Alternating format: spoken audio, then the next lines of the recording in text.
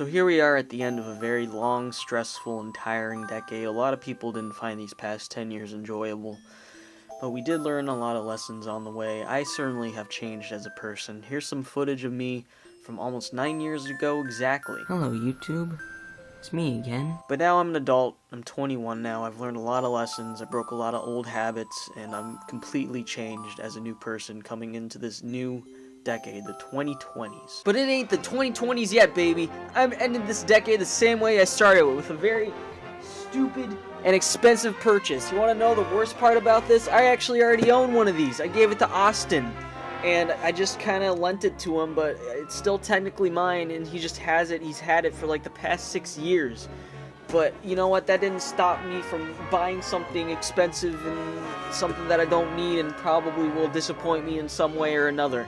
Let's get right into this. To make matters even worse, I actually owned a 3DS at one point, and I traded that in to get a PS Vita. You can imagine how much I hate my younger self for doing that. Again, GameStop. You sent me hair again. Seriously, it's been a year, GameStop, and you're still sending me other people's DNA. I said it before, I'll say it again, that's nasty. I don't want that in my house. Now, the PS Vita failed. It completely flopped as a system. The PS Vita, I'll give it this for how much of a flop it was. It really was ahead of its time. I mean, it had Bluetooth. You can connect your Bluetooth speakers or your Bluetooth headset to it. You can use 3G. You can play PS4 games on this. It's pretty impressive for what they did at the time. But I think the biggest problem that they had with the Vita is that, well, for starters, the memory cards, as a very wise man named Rockefeller once did. He realized that when there's no competition, and there wasn't any competition with Sony making PS Vita memory cards, they could just price whatever they wanted it to be. And they priced it like this, apparently. Wow. But I have a method of getting around that. I'm not going to buy a real memory card. I liked the Vita for what it was. It wasn't the best console. I regret selling my DS to get this. Apparently this is the newer version, but it looks like the fat version. I did not treat my Vita like this. The heck, did this thing get chewed up by a dog? Did it get kicked around like a soccer ball? I mean, I guess the real test is if it turns on, which, there we go, it's turning on alright, that's all that matters to me. Another reason I think the Vita didn't do too well is because a lot of the games that came out for it, people wanted to play that on the PS4, not the Vita. Like Hot Shot Golf and Uncharted and like Danganronpa and all that. Like, they wanted to play that on the proper system. God of War, Borderlands 2, like, no one wanted to play that on handheld. As I mentioned before, I got a method to get past the memory card situation. And apparently this is the slim version, but it feels exactly like my old fat one, and it looks exactly like it too. I don't know. Also, this is probably the last PS Vita sold this decade, which is an honor that I will very gratefully take. I don't have any Vita games with me right now. I just have like downloadable PS1, PSP games that I could put on there for now, but I don't even have a memory card right now, so I can't even do that. In the meantime, I'm going to show you how lovely this Vita looks. Oh my gosh. So here's the PS Vita. And as you can see on the sides here, if my camera ever decides to focus, got some good scuff marks. It's really scuffed. I don't know if you can tell. The PlayStation button too, it's pretty bad. And then we take it around to the back here, and oh my goodness, what happened? Look at that. Just for reference, I paid $109 for this. It's already a beater, so I don't really care what happens to it. It's an old system. There's nothing precious to me about it. It actually came with a screen protector, which is pretty cool. I guess it's okay. 3 days later. I am actually very tired right now. Last night I saw Star Wars at 11:30 a.m. and then I didn't get home until 3 a.m. So, this is the fat Vita. This isn't the slim. The reason I wanted to get the slim is because it had 1 GB of onboard memory, and to hack into the Vita to get those SD card adapters to work, you had to have memory already in it. I already got the adapter, and then I was like, oh, I guess I need memory now. And so now what's the point of this now that I have memory? I don't know. Another thing that really disappointed me is to be able to play the PS4 on the Vita.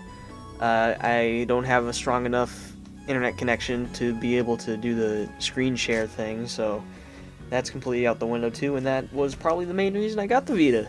So that's really cool. At least I could play my PSP games and my PS1 games. Another thing that I remember is that you have to completely wipe a memory card to just get it to work on another person's account, which I thought was really dumb. Ooh, look at all those games.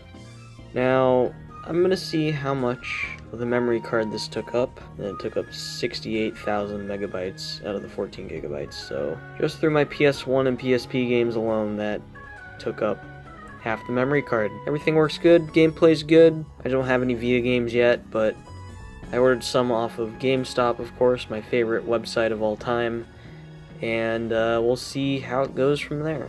1 week later. I'm very tired, and I don't know what I'm saying. Here's some games I got from GameStop. Actually, this is just one game from GameStop. I thought there would be multiple, but hey, look at that. I got a case.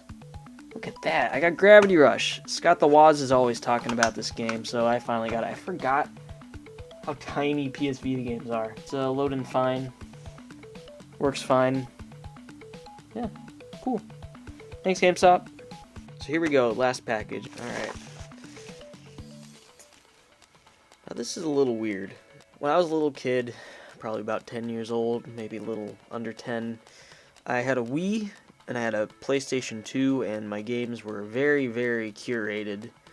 I was not allowed to play a whole lot of stuff, so rated T games, even E10 and up games, off the table. I had to beg and plead to be able to get Star Wars Battlefront 2, I remember that. My mother, she actually, one of her friends sold their Wii, and they gave me all their Wii games, and there was a couple PS2 games mixed in there as well.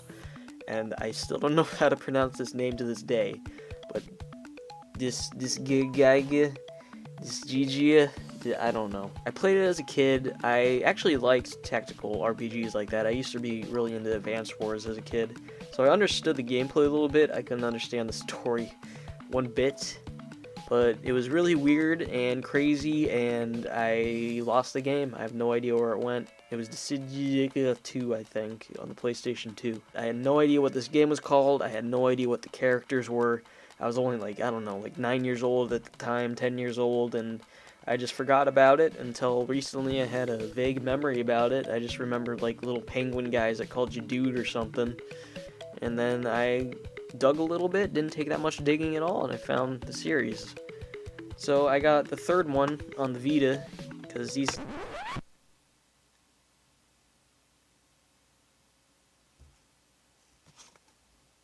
Where's the game?